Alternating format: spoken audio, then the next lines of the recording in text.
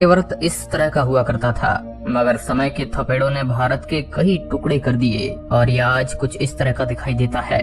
दरअसल आज भी दुनिया के 10 बड़े देशों में भारत का नाम शुमार है। अब आप ही बता सकते हैं कि यदि हमारा भारत खंडित नहीं हुआ होता तो आज कितना बड़ा होता। दोस्तों, भारत सहित इसमें अलग हुए सभी 15 देशों में हिंदूशाही राजाओं का शासन हुआ करता था, लेकिन आज से 2500 साल पहले हमारे देश पर विदेशियों ने कई आक्रमण किए थे।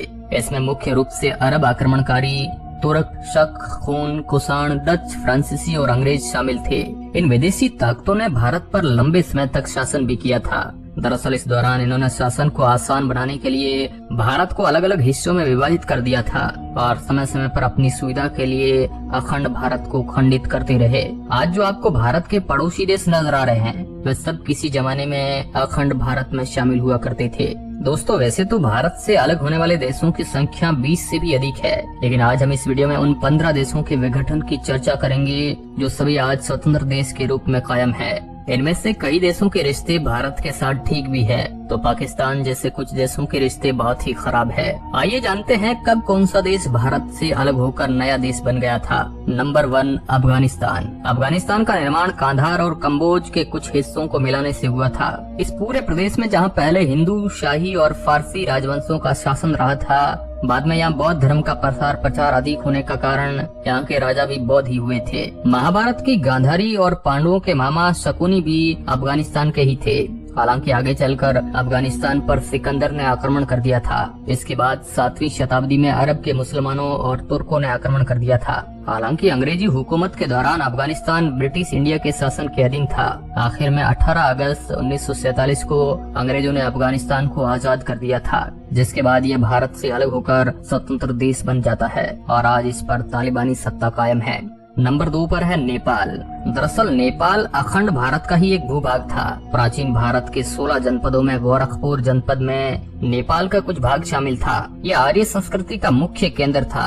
रामायण की सीता का जन्म स्थान मिथिला यही है। इसके अलावा भगवान बुद्ध का जन्म स्थल लुम्बिनी भी यही मौजूद है। नेपाल को पहले देवघर के नाम से जाना जाता था। यहाँ साल 1560 के आसपास हिंदू शाही आर्यों का राज हुआ करता था। 4वीं शताब्दी में यहाँ बौद्ध धर्म का आधिपत्य हो गया था। इसके बाद 7वीं शताब्दी में नेपाल पर तिब्बत का आधिपत्य हो गया था। आगे चलकर नेपाल में गोरखाओं का बोलबाला हो गया था। ब्रिटिश शासन के दौरान नेपाल पर भी अंग्रेजों का ही राज स्थापित हो चुका था। साल 1923 में ब्रिटिश और नेपाल के बीच एक संधि हुई थी, जिसमें नेपाल को एक स्वतंत्र देश घोषित कर दिया जाता है। नेपाल अखंड भारत से अलग होकर एकमात्र हिंदू देश बना था। हालांकि 2008 के बाद नेपाल भी धर्मनिरपेक्ष देश बन गया था। नंबर 3 पर है भूटान।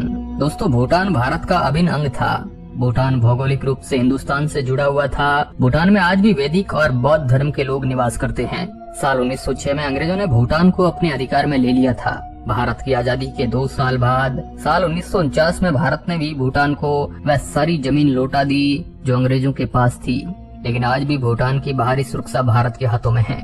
नंबर 4, तिब्बत। अखंड भारत में त्रिविश-तक का नाम तिब्बत ऋषि का और तुसारा-टू राज्यों से मिलकर बना है। तिब्बत पहले हिंदू संस्कृति और धर्म का केंद्र हुआ करता था। पहले यहाँ हिंदू शायरी राजा का राज था, बाद में बौद्ध धर्म का प्रसार हो गया था। दरअसल आगामी दिनों में तिब्बत बौद्ध धर्म का गढ़ बन गया था। साल 1960 में ब्रिटिश इंडिया और चीन के बीच एक समझौता होता है, जिसमें तिब्बत के 2 भाग कर दिए जाते हैं। भारत की सीमा से सटा तिब्बत का दक्षिणी हिस्सा जो लामा को दिया गया था, जिसको भी साल 1954 में नेहरू जी द्वारा चीन को दे दिया गया। वर्तमान में पूरे तिब्बत पर चीन का अधिकार है। Number 5, Iran. अखंड भारत का भूभाग ईरान तक फैला हुआ है। ईरान का पहले नाम आर्यन हुआ करता था। कहा जाता है कि भारत के आर्य वहां जाकर बस गए थे। 7वीं शताब्दी के बाद ईरान के पड़ोसी देशों के अरबों ने ईरान पर आक्रमण करके अपने कब्जे में ले लिया था। इसके बाद यहाँ के आर्यों को इस्लाम में कन्वर्ट कर दिया गया। आज ईरान एक इस्लामिक कंट्री है। Number 6, Cambodia. दोस्तों, कंबोडिया अखंड भारत का ही भूभाग था। कहा जाता है कि प्रथम शताब्दी में कंबोडी नामक ब्राह्मण ने यहाँ हिंदू राज्य की स्थापना की थी। आपको ये जानकर हैरानी होगी कि आज भी विश्व का सबसे बड़ा हिंदू मंदिर कंबोडिया में ही है, जिसका फोटो वहाँ के राष्ट्रीय ध्वज पर लगी हुई है। ये देश हिंदू संस्कृति का सबसे बड़ा केंद्र था। भगवान विष्णु के इस विशाल मंदिर को देखकर अखंड भारत के बारे में गर्व होता है। दरअसल आगे चलकर कंबोडी ब्राह्मण के नाम से ही कंबोडिया नाम हो गया था। Number 7, Indonesia. दोस्तों, इंडोनेशिया किसी जमाने में भारत का ही हिस्सा हुआ करता था। यहाँ पहले हिंदू शाही राजा जिसमें बड़ी संख्या में हिंदू लोग रहते थे। मगर आगे चलकर मुस्लिम आक्रमणकारियों के कारण यहाँ मुस्लिम आबादी को बढ़ावा दिया गया। हालांकि आज भी यहाँ एक राम मंदिर मौजूद है जिसमें मुस्लिमों द्वारा पूजा की जाती है। इंडोनेशिया विश्व का सबसे ज्यादा मुस्लिम आबादी वाला देश है। Number 8 Myanmar. दोस्तों, म्यांमार का नाम पहले बर्मा हुआ करता था। जब अंग्रेजों ने भारत में दस्तक दी थी तब उन्होंने म्यांमार पर भी अपना अधिकार कर लिया था। यहाँ अंग्रेजों ने कई वर्षों तक शासन किया था। अंत में 4 जनवरी 1948 को म्यांमार को आजाद करके स्वतंत्र देश बना दिया गया। Number 9 Malaysia. दोस्तों, मलेशिया आर्यवर्त का ही भाग था। यहाँ पर हिंदुओं की बड़ी आबादी निवास करती थी। बाद में यहाँ बौद्ध धर्म के अनुयायी बसने शुरू हो गए थे, लेकिन मलेशिया भी दूसरे देशों की भांति विदेशी आक्रमणकारियों की मार से बच नहीं पाया था। बाद में यहाँ पर भी मुस्लिम आबादी बढ़ने लगी और यह एक स्वतंत्र देश बन गया था। Number 10 Philippines. दोस्तों, पूर्वी एशिया का एक छोटा सा देश जो कि पहले अखंड भारत का ही हिस्सा हुआ करता था।